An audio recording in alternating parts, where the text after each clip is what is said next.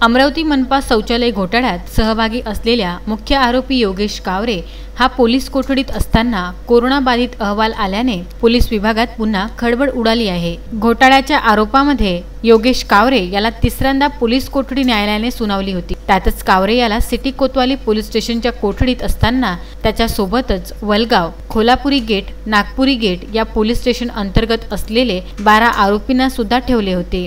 योगेश कावरे याची 9 सप्टेंबरला पोलीस कोठडी संपत असल्यामुळे त्याला बुधवारी न्यायालयात हजर करण्यात आले।